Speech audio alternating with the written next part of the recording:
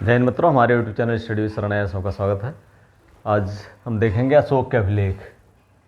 अशोक का पूरा इतिहास, या कह सकते हैं मौर्य काल का पूरा इतिहास, मौर्यों का पूरा इतिहास अशोक के अभिलेख के आधार पर लिखा जा सकता है। उनकी प्रशासन की नीतियाँ क्या थी, धार्मिक नीति क्या थी, राजनीतिक उपलब्धियाँ क्या थीं, उनकी विजयें कौन कौन सी हैं, चंद्रगुप्त मौर्य के बारे में, उसके बिंदुसार के बारे में या अशोक के बारे में, और उनका साम्राज्य विस्तार कितना था, कहाँ तक था, ये सारी चीज़ें हम इनके अभिलेखों के आधार पर जान सकते हैं। और ये एकमात्र सूत्र, क्योंकि उस समय जो है जो साहित्यिक स्रोत थे वो उतने प्रभावी नहीं थे, या हमारे लेखन की जो लेखन सामग्री की जो उपलब्धता थी वो बहुत कम है, वो नष्ट हो गई हैं। तो ऐसे में अभिलेख बड़े काम के हैं, और इनके अभिलेख को, अशोक के अभिलेखों को हम 4 श्रेणियों में बांटते हैं। एक तो दो पहले शिलालेख, स्तंभ लेख, 2 हो जाते हैं। जैसे एक तो हो गया, यहाँ मान लीजिए इसको शिलालेख लिख दें, शिलालेख, और ये हो गया स्तंभ लेख। शिलालेख को 2 भागों में बांटा जा सकता है। शिलालेख को 2 भाग में, ये है, एक तो शिलालेख हो गए और दूसरे लघु शिलालेख। इसी तरह से स्तंभ लेख में एक तो स्तंभ लेख हो गए, एक लघु स्तंभ लेख, 2 पार्ट में।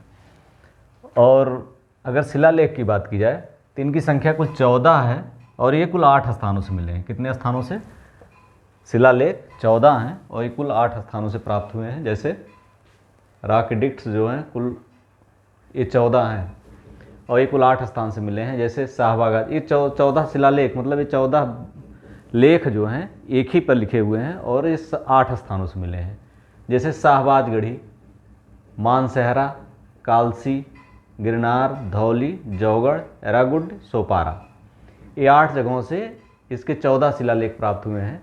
इसमें शाहबाजगढ़ी कहाँ है? पेशावर में है, पाकिस्तान। मानसहरा कहाँ है? ये भी पाकिस्तान में, हजारा जिले में वहाँ के।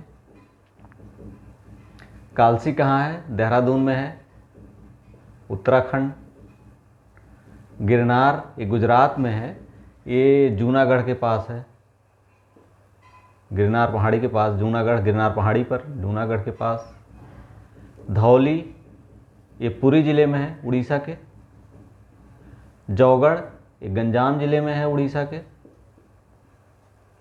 गंजाम ज़िले में। एरागुड्ड ये कुरनूल ज़िले में, आंध्रा के, कुरनूल ज़िला आंध्र के। सोपारा ये थाना ज़िले में है, महाराष्ट्र के, महाराष्ट्र के थाना ज़िला।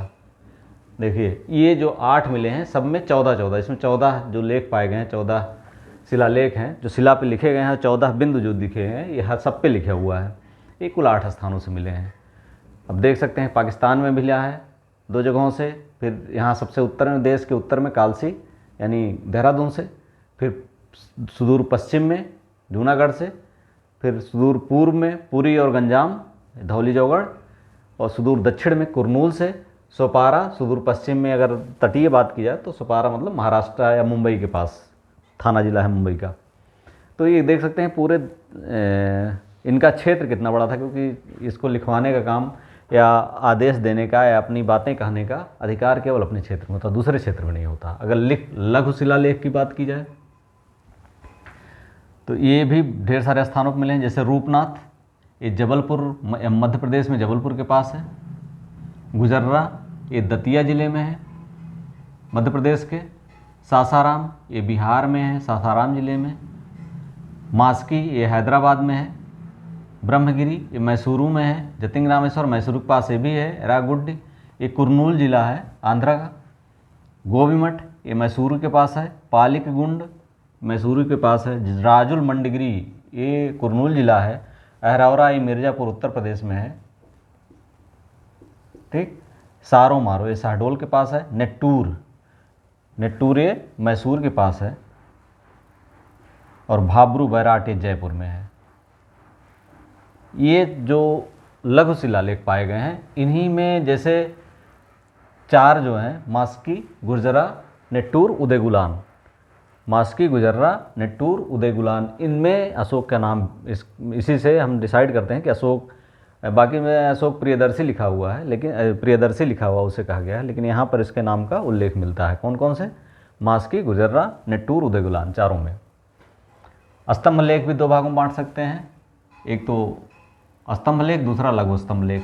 स्तंभ लेख जो पाए गए हैं प्रयागराज, एक पहले कौशाम्बी में था, इसे उठा करके अकबर ने इलाहाबाद किले में रखवाया। दिल्ली टोपरा एक टोपरा में था, यहाँ से फिरोज शाह तुगलक उठा करके दिल्ली ले आया।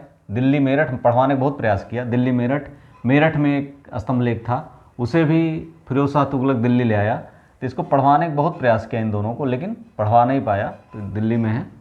रामपुरवा ये चंपारण में है।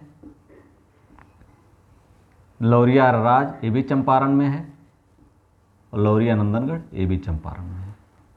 ये सारे चंपारण में है। कुल 7 स्तंभ लेख हैं। लघु स्तंभ लेख की बात की जाए तो इसमें शासनादेश लिखा हुआ है। लघु स्तंभ लेख में सारनाथ है, वाराणसी जानते हैं सब लोग। वाराणसी, यहाँ पर सबसे पहले उपदेश दिया था सारनाथ में गौतम बुद्ध ने। सांची ये रायसेन जिला है मध्य प्रदेश का, यहाँ पर है स्वराज सांची की स्तूप फेमस है। कौशाम्बी ये इलाहाबाद में पहले था। रुम्मनदेई ये नेपाल की तराई के पास, नेपाल की तराई। निगलीवा या निगाली सागर ये भी नेपाल की तराई। इसी तरह से रानी का स्तंभ लेख ये इलाहाबाद के किले में है, बाद का किला। अब देखिए सारनाथ वाराणसी में लघु स्तंभ लेख बात करें, इसमें शासनादेश दिया हुआ है, शासनादेश लिखा हुआ। तो सारनाथ, सांची, कौशाम्बी, रुम्मनदेई, निगलीवा या निगाली सागर, रानी का स्तंभ लेख। इसमें जो नेपाल की तराई में है, यहाँ पर रुम्मनदेई स्तंभ लेख में ये अशोक के वहाँ जाने और जो कर है उसको 1/12 करने की बात कही गई है। निगाली सागर में भी इस तरह से कुछ ऐसी चीज़ें हैं कि जो बहुत ही इम्पॉर्टेंट है और उसके प्रशासनिक या वित्तीय स्थितियों के बारे में सूचना देती है। अगर हम इनको ठीक से पढ़ लें और इनके स्थान को जान लें, वर्तमान में हम बता दें कहाँ कहाँ हैं, कौन कौन से स्थान, कौन कौन से स्तंभ लेख, शिलालेख थे और कहाँ कहाँ वर्तमान में हैं, अगर इनको हम अच्छे से जान लें तो अशोक के इतिहास को, अशोक से संबंधित काफ़ी क्वेश्चन को सॉल्व कर सकते हैं। वीडियो अच्छा लगा like, subscribe and share. Thank you for watching.